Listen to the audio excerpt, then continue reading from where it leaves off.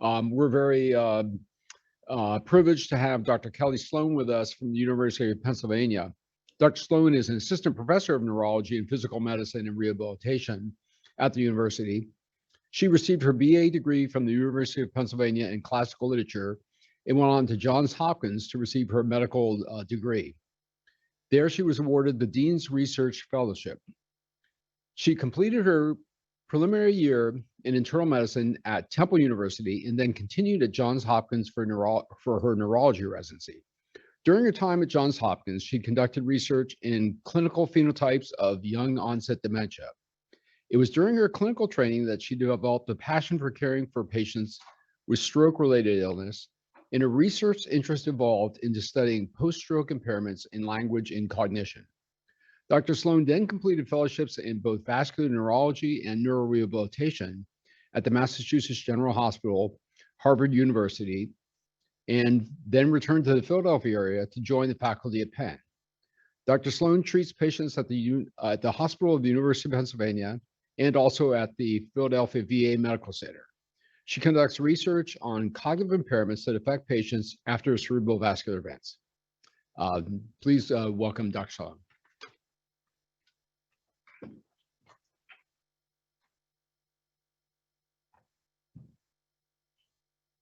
Hi, everyone. I'm very honored to be here to give the keynote address, and it's been incredible to be hearing some of the talks from my colleagues here. So I'm going to be talking today, there we go, about approaches to stroke recovery from a functional perspective, from a clinical perspective, and from a molecular perspective. And I'm then going to shift the focus to what interventions are out there, what interventions are in development, and what interventions are promising. So you've all heard and know very well some of the acute stroke interventions, so I won't belabor this, but this is just demonstrating how thrombolytics have really revolutionized stroke in the last 20 to 30 years, and more recently with tenecteplase. And then the column on the right, you can see is from the seminal Mr. Clean trial, looking at the efficiency of thrombectomy. And then hemicraniectomy as well has really changed the landscape of stroke interventions acutely. But then there are so many patients who may get these interventions, they may not, but that they're left with a stroke with impairments and potentially disability. So these are numbers that have been kind of talked about already today, but there are about 800,000 new strokes per year. 600,000 of those or so are first or new strokes. 87% of them are ischemic. There's $53 billion in stroke-related costs in the US from 2017 to 2018. And stroke is the leading cause of adult-acquired disability in the US. And then on the right, you can see from the CDC, a map of stroke hospitalization rates over 2 years with Medicare beneficiaries greater than 65 years old. And in the Mid-Atlantic region, we're in one of these hot zones where there's really high rates of stroke and hospitalization from stroke.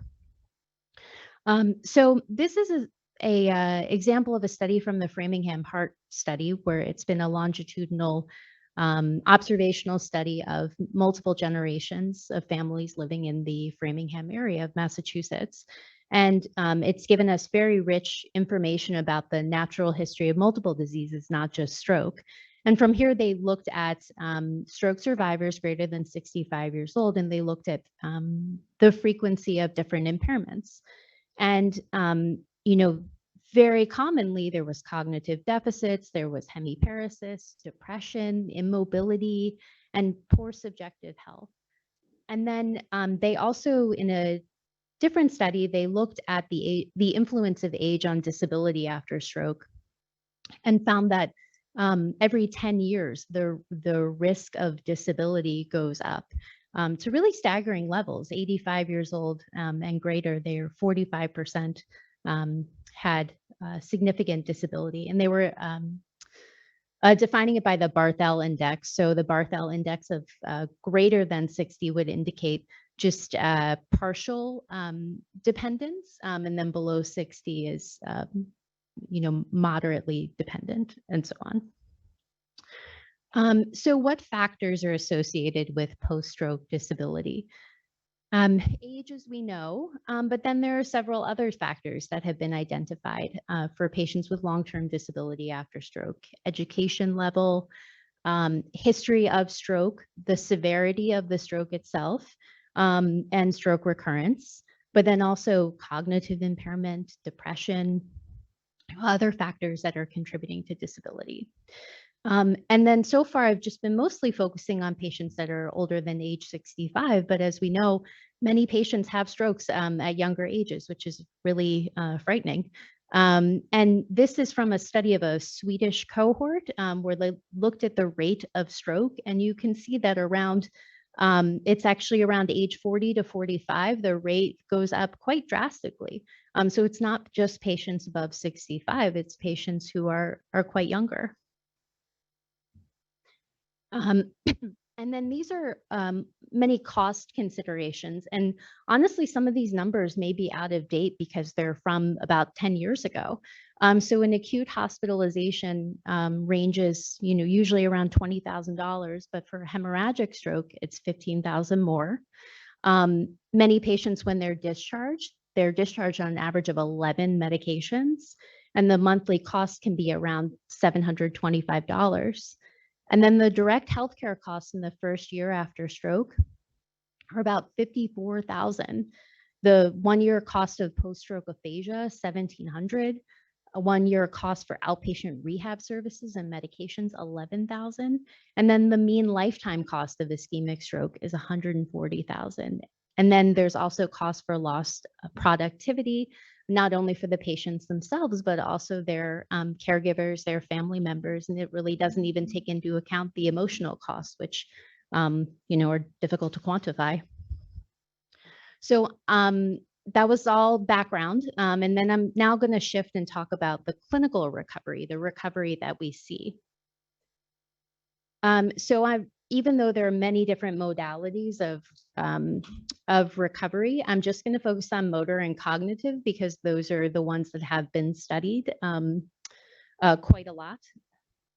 So motor recovery, I think for anyone interacting with stroke patients, you know that it really varies the type of recovery that we see. The figure on the left is from a study that I'm going to delve into a little bit later, but it shows the different trajectories of recovery.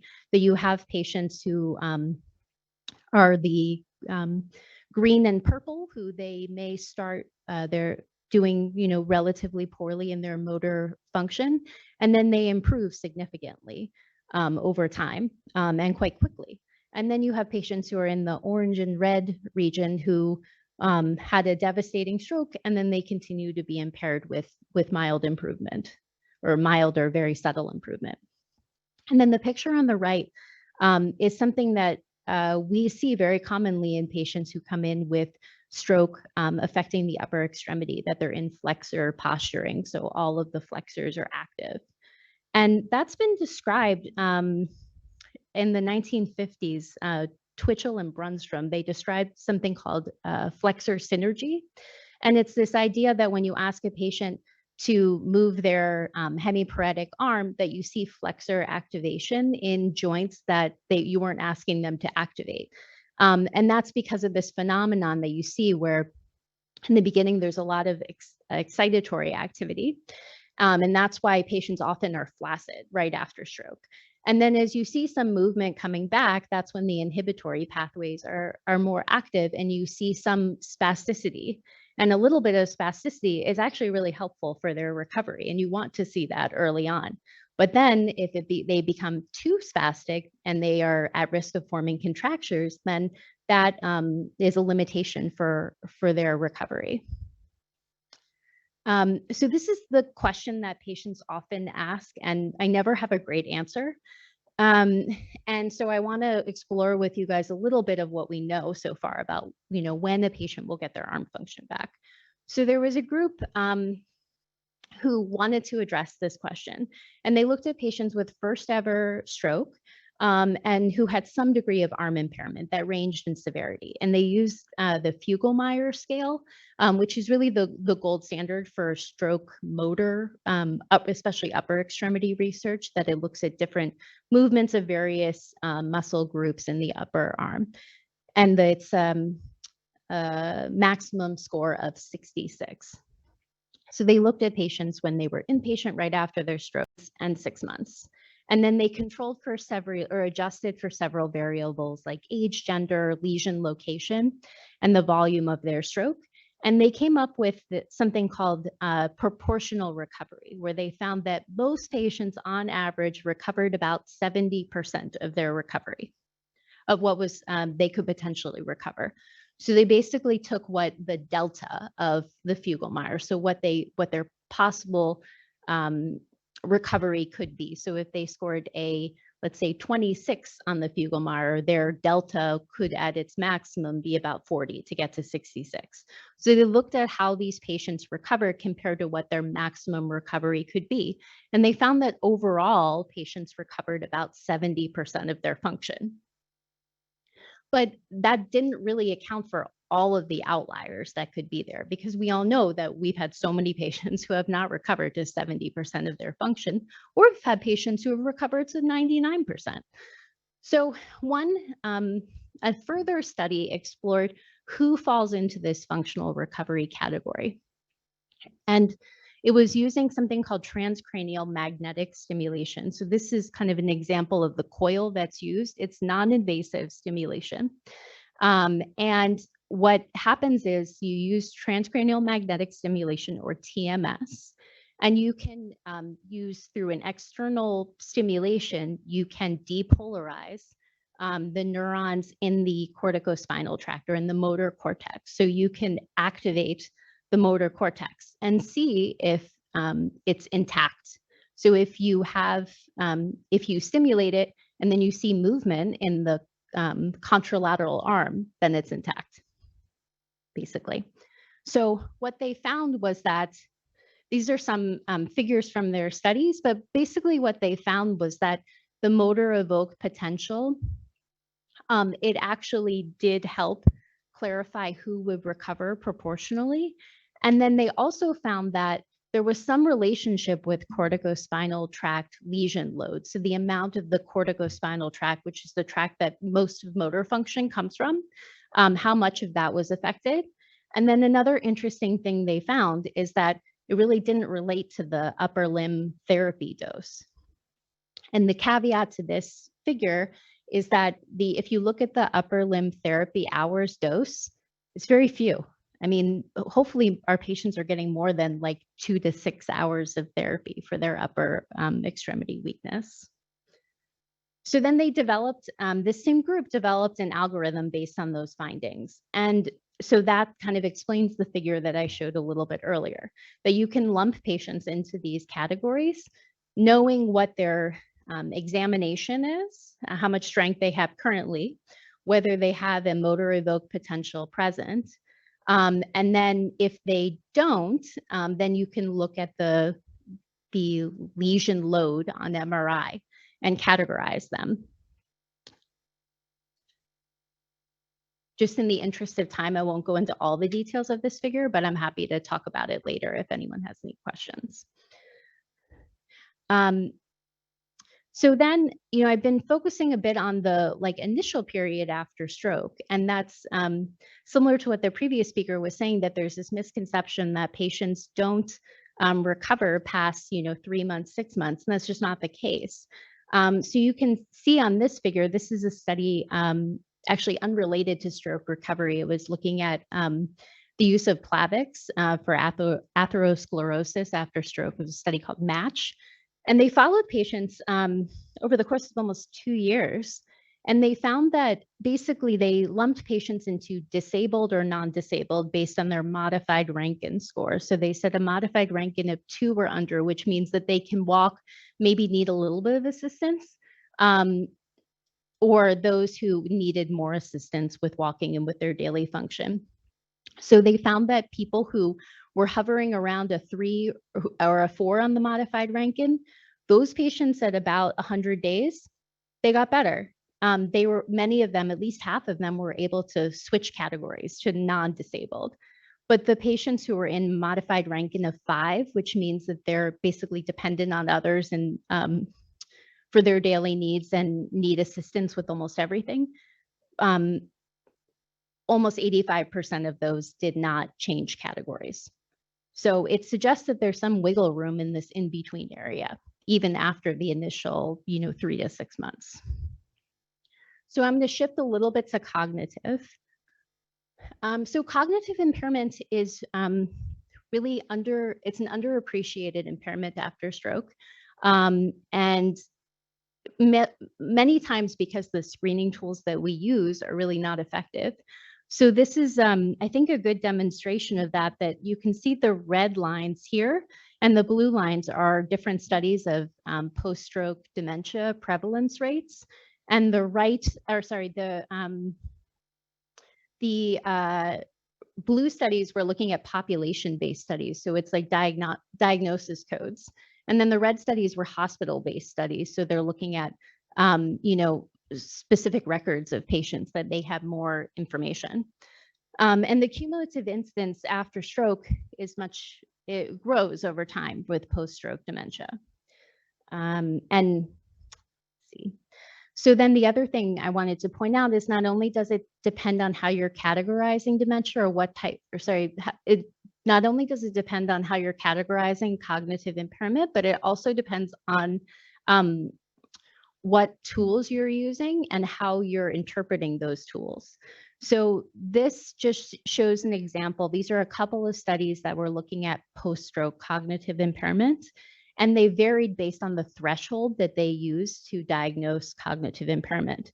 So the studies in red, they used a threshold that was greater than the 7th percentile for the instrument that they were using. And the studies in the blue use less than the 7th percentile. So they were more stringent with their criteria. And you can see there's a big difference in the prevalence. So we're not really uniform in how we're assessing this. So it's hard to know how prevalent it actually is. And then many people end up having cognitive impairment that we don't see on the initial screening, or that we may not be capturing appropriately. So this was a study of adults who had had a stroke at age less than 50 years old. And then they underwent cognitive testing at some point after their stroke. And the average time period was about 11 years. And they found that compared to healthy controls, pretty much across every domain of cognition, the patients who had had strokes did worse. And then this is just another example. This is from a South London cohort where they looked at they looked at survival for people who were cognitively impaired versus not cognitively impaired. And so here's our unimpaired and here's our impaired. And so you can see that their survival was worse over time, over the course of years, that there was a distinct difference. Okay. And then there are a couple of factors that have been identified as being predictive of post-stroke cognitive impairment. And they're kind of ones that you'd expect. So stroke volume, the size of the stroke, the total brain volume, do they have atrophy? Are they, typically we see that with people as they get older. Is there a median temporal lobe? Is there atrophy there? That's one of the areas of the brain that are important for memory. White matter disease. That's something that's becoming more important, recognized in research and in clinical practice, that all these vascular risk factors over time contribute to white matter disease and then contribute to small vessel disease and vascular dementia. And then also they've identified in this study as one example, but there have been a couple of others using some advanced neuroimaging techniques, been able to identify a couple of regions of the brain that seem to be important for the development of post-stroke cognitive impairment. Some of them are kind of different than what one would expect. I mean, I wouldn't expect the corticospinal tract to have too much important cognitive information, but then again, you have the thalamus, you have the arcuate facialis, you have the middle frontal gyrus. So you have a couple of other areas there too. And then this is just another example of a group in Italy who is looking at behavioral phenotypes, so clusters of impairments in cognition, and trying to link those to regions of the brain. And that all will be helpful for, once we get some more definitive information for prognosis for patients, to tell them, based on what we see on the imaging, this is what we would expect. This is just another example of that for aphasia. And then there's this relationship between cognitive and motor impairment. So this was a study or a meta-analysis looking at studies that measured cognitive impairment and motor impairment. And they basically found that executive dysfunction and attention seemed to be associated with worse recovery of motor function. Okay, so now I'm going to talk a little bit about the kind of cell-based processes that happen in stroke. And I just want to warn you, some of these figures are going to be very busy, but I'll just summarize them, okay? So as we talked about, there's kind of this sensitive period, or a period of heightened neuroplasticity that corresponds to the experience that we see from our patients, that they have rapid clinical improvement from spontaneous recovery that happens in the first 6 weeks to 3 months, and then they plateau. And there are a lot of things happening right after someone has a stroke. This was what I warned you about, the very, very busy slide. But basically, there's a rapid activation of multiple cell processes that contribute to cell damage. So you have activation of glutamate receptors that lead to sodium and potassium influxes, and then causing cell membrane depolarization. And then it leads to ion overload, free radical production, caspase activation. All of these things create DNA damage and they kill cells. And then you also have the compromised blood-brain barrier. So you have immune cells that are able to infiltrate, you have inflammatory responses, cytokine release, it's a whole mess. And then after the stroke, you see that in the acute period after stroke, there's an imbalance of inhibition in the affected hemisphere at the stroke site and excitability in the unaffected hemisphere.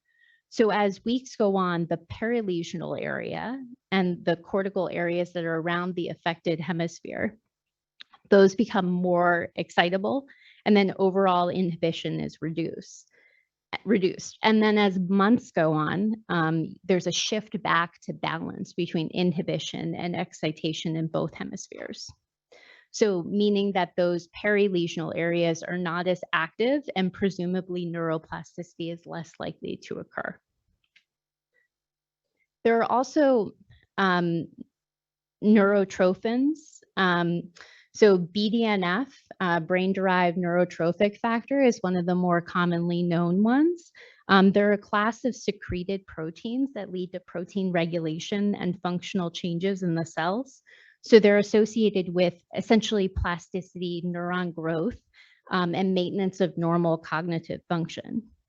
So actually BDNF has been studied in multiple neurologic and psychiatric conditions. And in studies of stroke recovery, specific genotypes of BDNF are associated with better or worse recovery. So it's an important factor there. And then I'm not going to go into detail on this slide, but this just is a demonstration of all the immune processes that are happening immediately after stroke. So hours, days, weeks. So you can see there are a lot of immune and inflammatory factors that are involved that may be future targets for intervention. So that's a good segue for interventions. So I'm going to talk about what works and what has not been shown to work yet. So there have been a lot of challenges for stroke recovery research. And one of the major issues is that there are multiple transitions in care. Patients are in the hospital, then they go maybe to acute rehab, then they may go to a skilled nursing facility, and then they go home. So it's really hard to engage them in a research study to be able to demonstrate that the intervention works, especially in this acute period. When patients are have a chronic stroke and they have kind of a stable place that they are, it's easier to engage them with research studies. So you'll notice that many of the studies that I'm going to talk about involve chronic stroke. And then this is just demonstrating how multidimensional stroke recovery is, that there's not really one thing that we can point to that says that we can say, ah, yes, this is the reason why this person is doing poorly and this is what we can fix. So this is kind of an overview of what exists now for stroke recovery. And all of these have the goal to enhance plasticity. And so I've been using the term plasticity, but I want to just define it. It's the ability of the nervous system to change its activity in response to intrinsic or extrinsic stimuli by reorganizing the structure, function, or connections. So I'll go into a little bit of detail on a couple of these interventions, but all of them are trying to optimize neuroplasticity after stroke. So I'm going to break it down by molecular targets and device-based targets. So stem cells have actually been tried in a couple of clinical trials. And they, in theory, stem cells can generate glia and neurons. And so if you transplant them into a stroke-injured brain, the hope is that they'll increase cellular plasticity and they'll restore neuronal networks. So there have been a couple of clinical trials that have involved up to 740 participants. There hasn't been any significant difference in mortality between the groups, between the stem cell group and the control group, but there have been some fairly common reported adverse events, so fever, headache, and recurrent stroke. So I think there are still some studies that are in the pipeline to test this further, but that's one, possible intervention that could be promising if the side effects can be better controlled. And then cerebrolysin, that's why I was kind of talking a little bit about BDNF. This is a mixture of enzymatically treated peptides, and one of the peptides in there is BDNF. And so there have been a couple of trials, two main ones, looking at cerebrolysin daily immediately after stroke for either 10 days in the CASTO trial and 21 days in the CARS trial. And the results have been mixed. So the figure on the left here is from the CARS study, the study giving cerebrolysin for 21 days. And they did find some benefit overall that would favor cerebrolysin. There were improvements across a couple of modalities. And again, these are studies that haven't been replicated yet in larger numbers to be able to say whether they're worthwhile or not. Erythropoietin, EPO. So this factor has anti-apoptotic, antioxidant, anti-inflammatory anti-inflammatory effects that may help to improve recovery. So this is kind of a controversial intervention. There was an initial study called BETAS that was short and small, and there were no safety concerns that were identified there. And then there was the Regenesis study, where there were some concerns about the high doses of EPO that were given. And in the Regenesis trial, they gave EPO growth factor, and there were no safety issues in that particular trial. Actually, it was a prior trial that was going on at the time of Regenesis. Sorry, I misspoke. But they found that there was really no difference in the primary endpoint between the two groups. So it hasn't really shown to be super effective despite being promising. And then another potential intervention is myelin-associated glycoprotein. So these block myelin-based inhibitory proteins that would inhibit axonal outgrowth. So basically, they allow for neuronal repair to occur. And what they found in this study of 134 patients was that really the only thing it improved was gait velocity.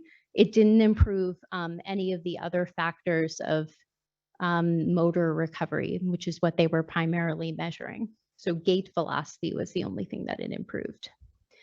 And then this is very experimental and hasn't been done in humans yet, but there's a immune factor called CCR5 that is actually a target in HIV drugs.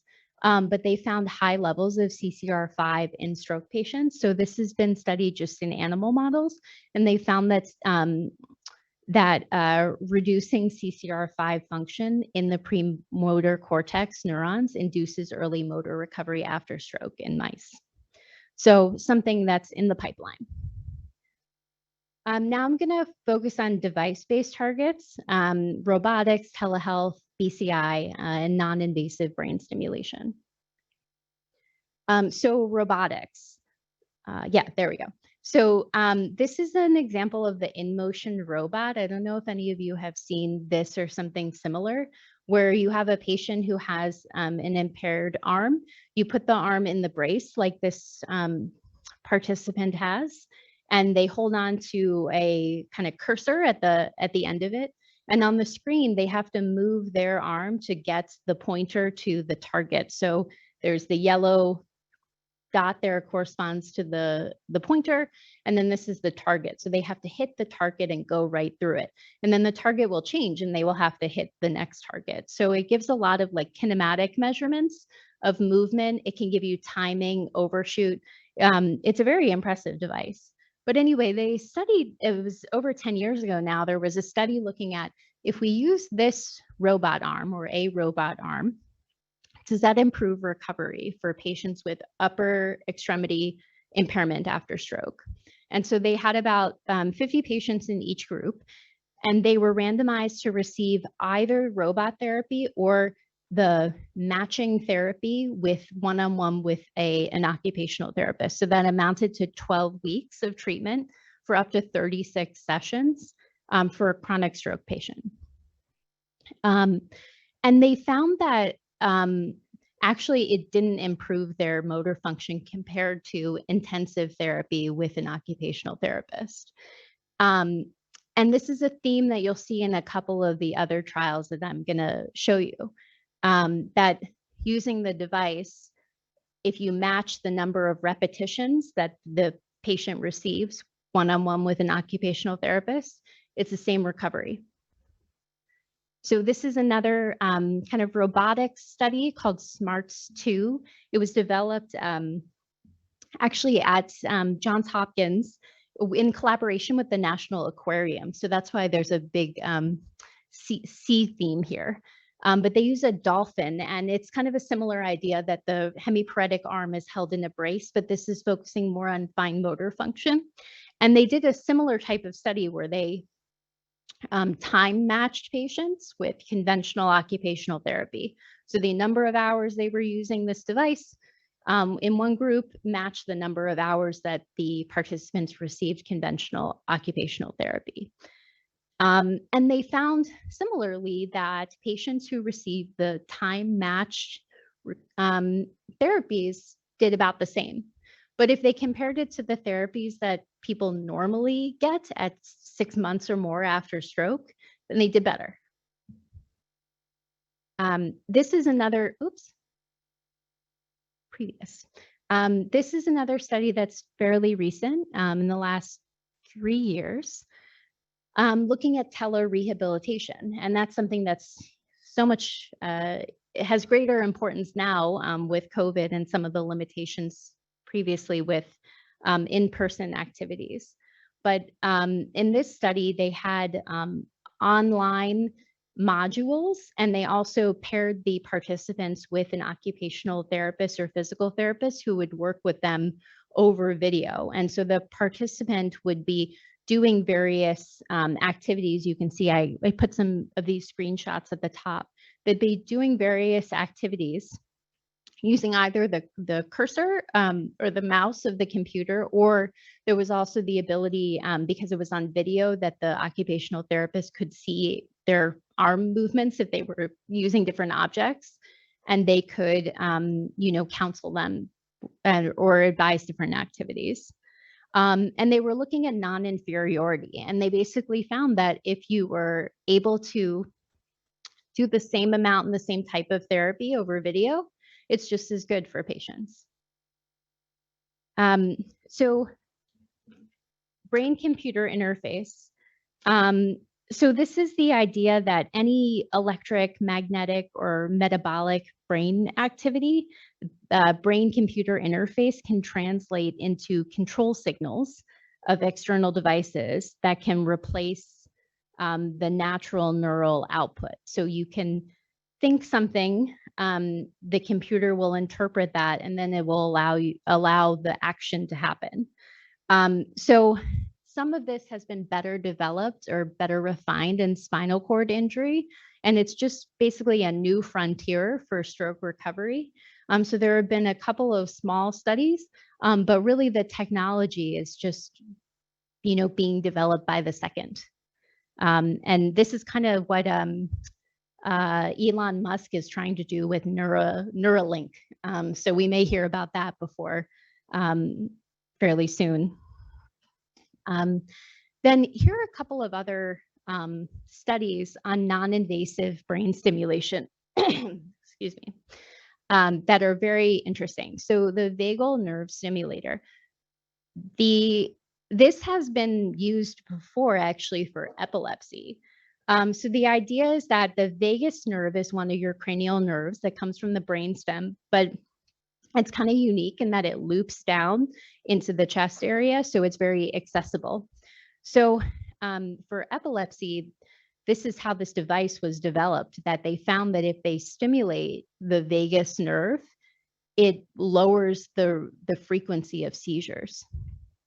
And so this has been used for many years now. And then this study looked at whether vagal nerve stimulation can actually improve motor function after stroke because of its effect on various neurotransmitters. So what they did a randomized, triple-blind, sham-controlled study, and they assigned participants who had moderate to severe weakness, who had at least 9 months of since their ischemic stroke. They assigned them to intervention or not. And they found that these patients actually improved. And even when you matched the time with the occupational therapist, the patients in the experimental group and the vagus nerve stimulator group, they actually did improve. And this study came out in 2021, but very early 2021. And the company actually was able to get FDA approval within a couple of months of that happening. So they've had FDA approval now for over a year. And one of the stumbling blocks of this is that the protocol requires that you have very intensive therapy with an occupational therapist for 6 weeks in patients who are 9 months or more after stroke. But most patients' insurance won't cover that.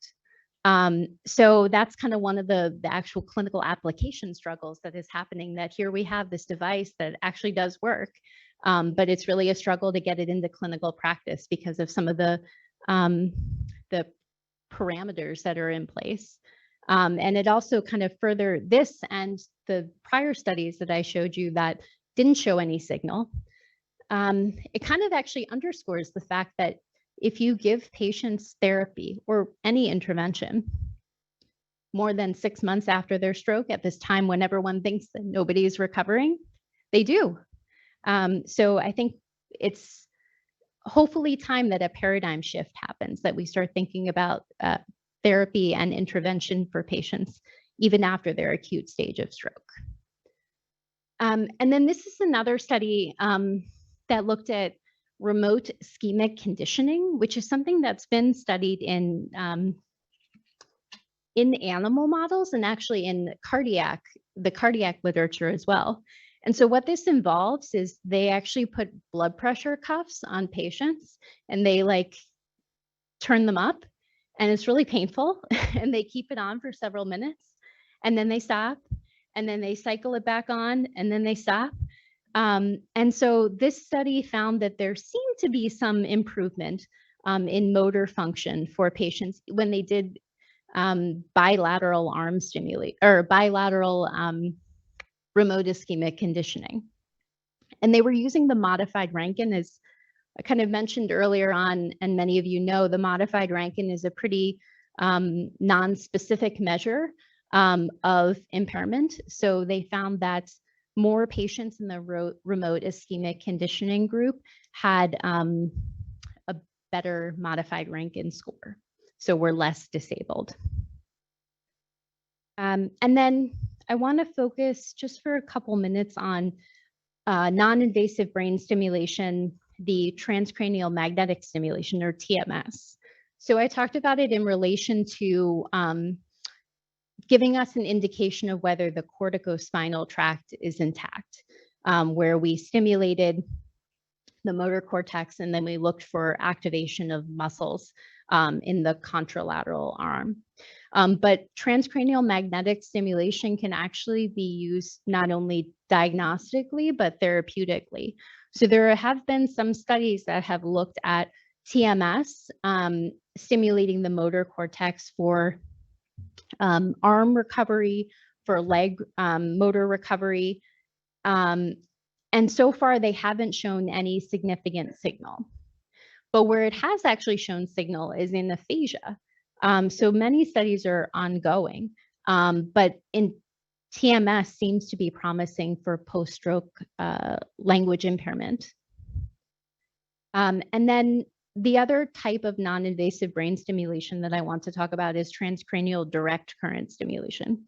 So there's two different studies that I'll talk about. One is Transport 2, and both of these are ongoing. So Transport 2 uses transcranial direct current stimulation plus a specific type of motor therapy called constraint-induced movement therapy to improve arm function in patients who are within the first 6 months of their stroke. And then this study, TRAINS, is actually a study that I'm conducting at Penn Rehab, and we're using transcranial direct current stimulation plus cognitive therapy that patients are receiving while they're inpatient in the acute rehab hospital. And we're looking to see whether TDCS augments recovery after stroke. So the benefits of transcranial direct current stimulation are that it's very easy to use and relatively safe. So I wish I had included a picture here, but basically it's a small device that's the size of a cell phone, and it can be pre-programmed. And then it attaches to a headband that is pre-manufactured that has specific targets. So I mentioned with TMS in the studies for motor impairment that they targeted the premotor cortex. And in cognition, so for our study, for example, we're targeting the left dorsolateral prefrontal cortex, which is really a hub of cognitive activity in the brain. So we're able to have headbands that were manufactured, and they are in the specific areas that correspond to where most people's left dorsolateral prefrontal cortex is. And we can just put the headband on the patient, plug it into the device is pre-programmed, we turn it on. TMS can have some, in theory, can have a risk of inducing a seizure in someone who has a history of epilepsy. So that's a contraindication. With TDCS, there has never been a serious adverse event reported, never any seizures. So we're hopeful that this could have some positive signal, and it's something that can be scaled very easily. And then this is just our protocol from our study. But the idea is that we want to take, we have this actual recovery that patients have, that they seem to get better after 3 months. They get a little bit better after 6 months, and then they tend to taper off unless there's some other thing happening, like more therapy, another intervention. But what we'd really like to do is, if we can provide this neuromodulation or, improvement in their plasticity, in my study, for example, it's TDCS, but there may be other interventions that would be helpful in this acute period, then maybe we can just amplify the neuroplasticity that's happening.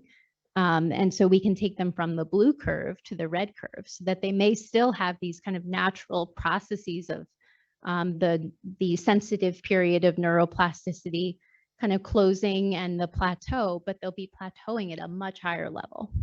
So that is our goal.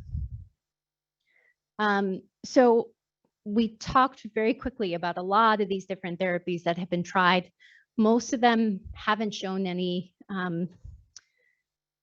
utility, except the VNS, the vagal nerve stimulator, that has FDA approval. But I think there are a couple of other things that just need to be optimized and improved. And then we'll have many different, tools on our tool belt to be able to help improve recovery after stroke.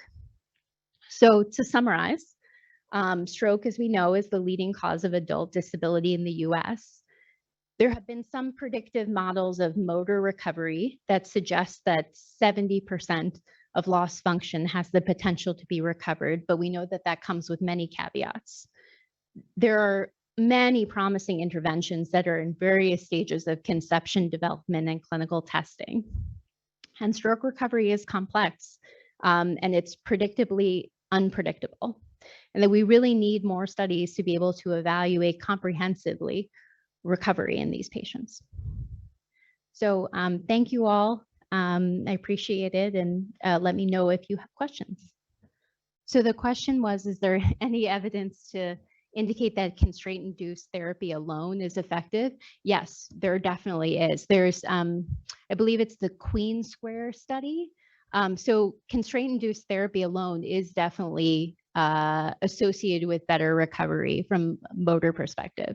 And then there's actually some studies looking at constraint-induced language therapy too.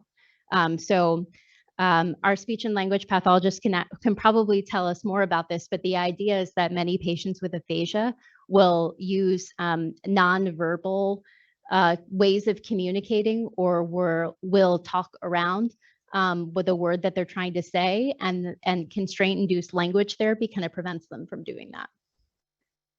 And for everyone else in the crowd, constraint-induced motor therapy is basically when you don't allow the person to move the arm that is non-impaired. So you really make them focus on the impaired arm. I have another acute care based question, which also can, our acute care, sometimes it's weeks or months we have them. Yeah. Is there a danger of too much therapy if we're trying to incorporate like cognitive with our physical and our occupational therapy?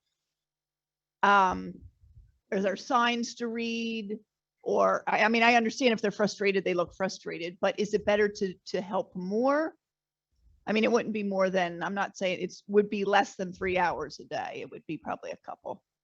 Yeah, it's a good question. It's hard to figure out that balance because there's no indication that it would be harmful, but it may have sort of indirect harm to the patient, as you suggested, that they may get really frustrated and really tired, and it may then affect their participation in other aspects of their therapy. Like maybe they will decline participating in physical therapy that day because they were just so frustrated with, how they performed on their cognitive therapy. So I don't think there's any hard and fast rule as to when is a good time to start. I think that making sure that that the patient is able to participate, and that you're reading in real time what the feedback that they're giving you, that if this is just not the right time for them, then waiting a little bit is certainly appropriate.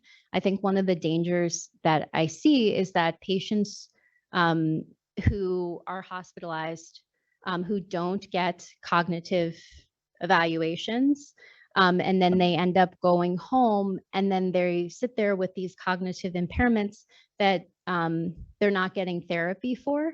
And that often happens with the patients. Even at the hospital, all the hospitals I've been at, that cognitive therapy is not a huge priority inpatient, in the acute inpatient hospitalization. And it's often deferred to outpatient, which is fine if they arrive at outpatient for the therapy, but usually they don't. And then they come back and see us in clinic and they say, everyone tells me I don't have any impairments after my stroke, that I had a mild stroke. But I am looking at like the Excel spreadsheets that I have to read as part of my job, and I can't do that. and I'm just not calculating things the way I used to. So those are things that I know I am very bad at recognizing at the bedside for patients, but it's definitely a need.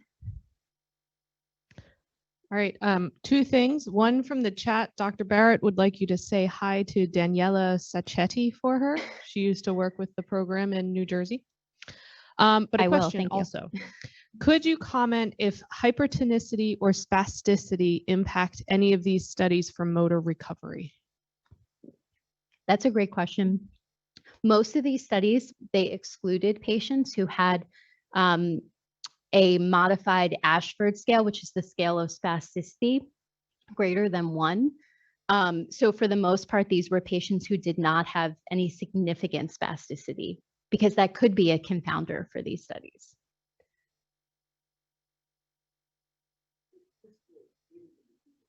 Yeah. Oh, I'm sorry. Okay.